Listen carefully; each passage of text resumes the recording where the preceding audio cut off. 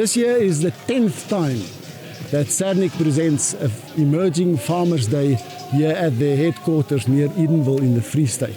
We also expect the Minister of Agriculture, John Steenhuisen, to join us a bit later. The MEC of Agriculture in the Free State is here. It's going to be a very good day with a full program.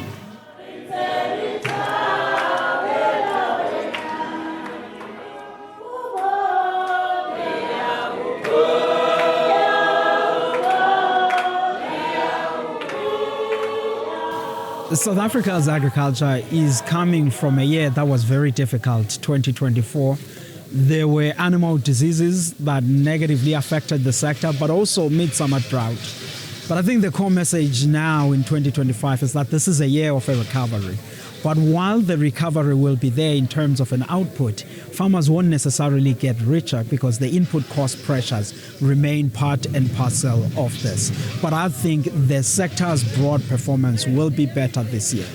But for the medium to long-term perspective, we have a lot more in the sector that we could still do. We are a sector that has this 2.5 million hectares of land that the government must transfer with title deeds to individuals in the sector. And hopefully then, as that comes into production, it will deliver growth and it will deliver unemployment. But as all of these things are happening in South Africa, they are happening in an environment that is changing. I think the big story globally is really the uncertainty around trade policy. And South Africa, we are an export-oriented sector, exporting over half of what we produce. So it's very important that we pay attention to what happens in the EU, in the US, and also in other regions in the world. Because ultimately, our goal is to retain the markets that we already export to, but at the same time, make sure that we expand to as many markets as we can. There is an area we can expand to, which is the BRICS. And within BRICS, I mean, the really attractive markets there is China, India, Egypt, and Saudi Arabia. When they finally join formally, they are also some of the important markets. The core challenge now in BRICS is that there are higher import tariffs and a range of non-tariff barriers. South African farmers have not benefited much from that relationship. Our exports to BRICS only accounts for about 8% on average of our overall exports. That's equal to what we send to the UK. The goal then now would be summarized to say for 2025 is pushing for expansion in export markets, ensuring that we make progress on land reform by releasing the land that is owned by the state, expand on blended finance, but ultimately do that in an environment that is expanding. But I think in closing, the municipalities is one of the areas that we need to make sure that we ensure that the municipalities do their part and they perform better, because ultimately they are part and parcel of the growth of the sector. The MEC of Agriculture in the Free State, Elsie Rockman, was one of the speakers here at the Farmers' Day at Sernick, and her commitment to agriculture came through loud and clear. But one of the things that worries her, that she spoke about, is the whole question of food insecurity in a province that is abundant with agricultural production. Elsie, talk to us about that, please. Yes, thanks very much.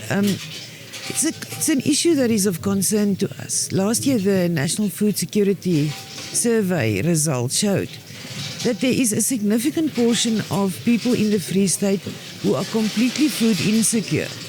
Then there's another middle group that is vulnerable to food insecurity. And this is in the midst of the Free State being one of the highest producers of sunflower, soybean, maize. We are very big in cattle slaughtering, sheep slaughtering, and yet that is the reality, that we have too many people who do not have food on a daily basis. So it's a priority for us to begin to seriously address our food security initiatives. And that is a broad range, from your backyard gardens to community gardens to bigger farms and enterprises that produce food. And we have a focus on vegetable gardens. When I was here in October last year, Sernick and Sernick had just started their their vegetable gardens, their tunnel projects, but they also made available land for the Edenvale community. And there's 11 cooperatives that are planting there, and they are trained and they are taught all what they need to know and not only about the planting itself, but also on the marketing side. So it's a value chain that they can develop. So we have just last week finalized an agreement with SARDEF to support that project. And then we've also been supporting, we will be supporting a project in Tamfutsinyana, specifically Kwakwa of AFASA, the African Farmer Association of South Africa. They have the 23 Series Development Program, where there is 500 beneficiaries. They started quite a while ago, and we attended the first of their graduation ceremonies last year, early December. So we are quite excited, but we need these kind of anchor projects in each and every district, where we begin to encourage communities. We need to grow our own food, and not only for your household, but your extra produce you can sell into an informal market or a formal market.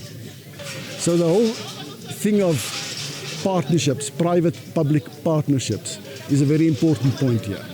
Yes, Sernick is a very good example. It has a very tough training and development program, but the development program works when it comes to, I've met a number of young people who are emerging from the program. It's strict discipline, it's commitment, it's hard work, it's not an easy program, and it's not for everyone. But you can see the progress that some of the young farmers are making. And you can see, but they want to be commercial, they're very clear in their vision on the path that they are going to follow. We also have now developed many other partnerships, both formal and informal, with many commodity organizations and bigger agricultural organizations, both in terms of training and development or focusing on specific commodities. So our private-public partnerships is not the traditional triple Ps that involves infrastructure, for example. It's more collaborating on finding solutions and drawing from each other's strengths. And when there are challenges, sitting together and looking at what is the different options that we have on the way forward. Organised agriculture, AFASA and Free State Agriculture and NAFU, they are playing very important roles for us. We regularly consult, they come with ideas on how can we do things better. Obviously, there are significant challenges in the agriculture sector currently. Access to land, access to water, access to markets, access to finance. Our infrastructure is not what it should be. But there are solutions when we all work together and we take hands with local government, provincial government, national government. So it's a very positive collaboration that we are beginning to build, and I think we feed off the hope and inspiration that we get from each other. Minister, you covered a wide range of topics here in your speech here at the Sernick Farmers Day, but I want to touch on 4 specific things, and let's start with the whole question of title deeds. What was your message? Well, I think that it's very clear that we've got farmers who were given opportunities on farms, particularly emerging farmers, as part of land restitution programs, and have proved themselves, but still don't have title deeds on that land. I think we need to fast-track title deeds to those individuals who've proven themselves already. They need to be able to have the security of tenure, to be able to go and use that to leverage financing options to expand their operations, but also to be assured that when they are able to pass on the land, it will go to their children. It will promote investment and give them a real asset that they have. I think that keeping people in perpetual leasehold and having them as vassals of the state in perpetuity is not a good way to promote real land ownership in the country and transform land ownership patterns, but also for encouraging economic investment and allowing those farmers to then access finance models that are currently now completely out of their reach because they do not own the land that they are farming on. But what is it going to take to get the ball rolling? Well, I think that there's already a commitment to get that title deeds into people's hands. We just need to accelerate it. We've got to work very closely as the Agriculture Department with the Land Reform and Rural Development Department, but also the Master's Office to try and fast-track this process. The sooner we can make asset-owning classes a bigger class in South Africa, the better it's going to be for our economy. And that's been the experience the world over. When farmers get title deed, they invest more, they grow more, they produce more, and our economy grows as a result. The next thing I want to talk about is stock theft. Yeah, stock theft is a huge problem in the country, and I think it's completely underestimated at just what the scale of the crime is. 1.38 billion rand just in the last year alone on stock theft. A huge problem for emerging black farmers, but also for commercial farmers. And I think we lack a coordinated response to stock theft across the country. We now have syndicates that are operating. What worries me is that there's lots of evidence pointing to the fact that there's collusion within some elements of the SAPS to work with these syndicates, and who are now stealing large amounts of stock and are often now brazenly even just slaughtering it on the very farm where they're stealing it from. We need to have a far more coordinated responses. We need intelligence-driven operations so we can get through the back of these syndicates. Many of the farmers in the communities in the areas know who is responsible, but these people run protection rackets. And thirdly, we need to make absolutely sure that the SAPS and the courts treat stock theft as a priority crime, given its terrible effect on food security and on our rural economies. You know, commercial farmers are barely surviving the margins. When they now have to deal with animals being stolen and livestock being stolen, it just makes their ability to run sustainable, viable and profitable operations even less. I was talking to a farmer today who's just closed his farm in the Eastern Cape. It's an emerging black farmer. Closed his farm in the Eastern Cape. Said he was just literally being robbed blind every single day. So what it's going to take, I think, is a determination. I think we need to beef up radically a proper stock theft unit. I think it needs to be a multidisciplinary operation. You need to have police working with investigators, working with private security companies, with the camera systems that are set up by many farming communities, and then to tie that in with prosecutors who understand how to prosecute these cases. And we need to weed out bad elements within the SAPS who are behind the protection rackets that are going on and who are profiting from this crime. And you and the Minister of Police, are you on this? Yeah, we're on. I've got a meeting with the Minister of Police in the next week. We had a meeting last year as the agri sector. I brought all of the organised agriculture associations together to discuss what plans they think could work. And we've now distilled those into an action sheet. And it's also important that the Minister of Police meets with the agriculture sector. That's one of their big complaints. They've been trying for a long time to get a meeting with the Minister of Police. They were not successful under the previous Minister of Police.